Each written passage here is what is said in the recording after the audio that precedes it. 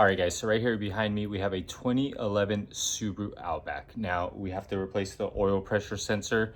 When you turn on the car, from time to time, the oil light comes on.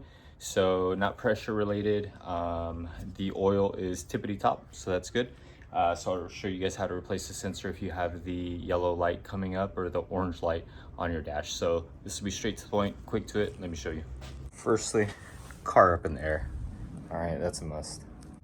All right, guys, so you're gonna be working on the floor. I'm going to do the oil while I'm at it because the filter is kind of in the way, so it just kind of makes sense. So let me show you what I'm talking about.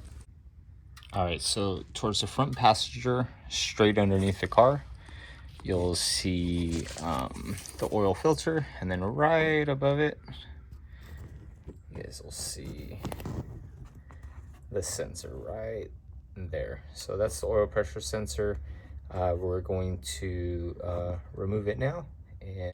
All right, so you 100% don't need to remove the oil filter. I'm just gonna go up with an extension, pop that off because I still have 3,000 miles until an oil change needs to be done. All right, guys, so this is the connector. This just completely slides off the solenoid. You can see it right there above, just slides right off.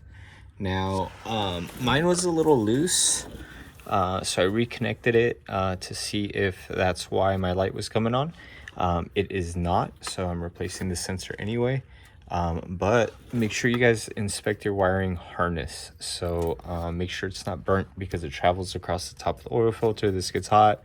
If this is laying on it, it could cause a short in the wire, which will cause the same issue. But I also realized that it's got a little piggyback harness right here, like a shorty right there to the end, which is pretty cool. So if you wanted to replace this little harness right here, it's really easy to do. So if you're that way, you don't have to rewire anything. You can get it straight from Subaru, probably cheap, probably like $7. So just heads up. But from here, I'm going to do the oil. So this is gonna be a 17, let the oil drain, new filter, and get on with it. All right, so if you're just as lucky as me, you're grinding down a socket because 15/16 is gonna work the best. Feel free for someone to update. I purchased an oil pressure switch socket and it was far too large. 15/16 fits better than a 24 and the 23 doesn't fit. So this is my best bet. I'm grinding down the wall so that it enters in there correctly. You'll see what I'm talking about.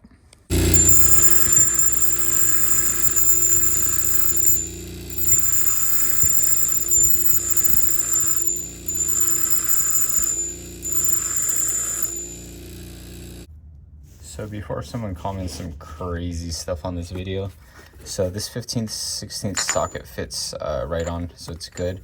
But right above the oil pressure switch, you can't see, but there's some kind of Allen bolt head or something, so it's hard for a lot of sockets to fit on it.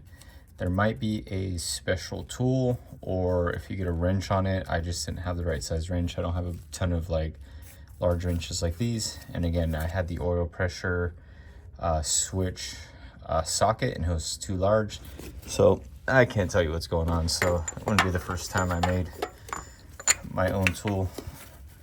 And we'll use it for something in the future, but 15/16 grinded down and then we'll pull it out. And you know what, guys, if there's a special tool to do this, go ahead and comment in the video and I'll pin the comment to the top. But that's where we're at. You know, it's all about doing DIYs. You know, it's Sunday, I don't have access to a lot of stuff. So that right there is where the oil pressure sensor goes. And then that right here is what's in the way. So pop the new sensor in, and you'll be good. All right, so oil pressure sensor, just do it by hand, guys. There's not a lot of room, so you don't want to cross thread that, but once it's in, put the socket on and put it in. You're good to go.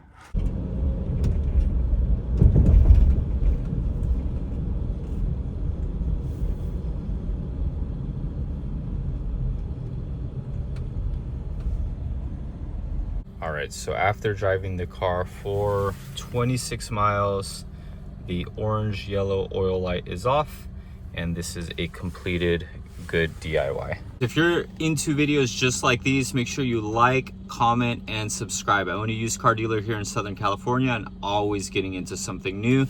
I'm always creating DIYs for the public, for YouTube, so you guys can check out certain things. But in saying that, I'll see you guys on the next video.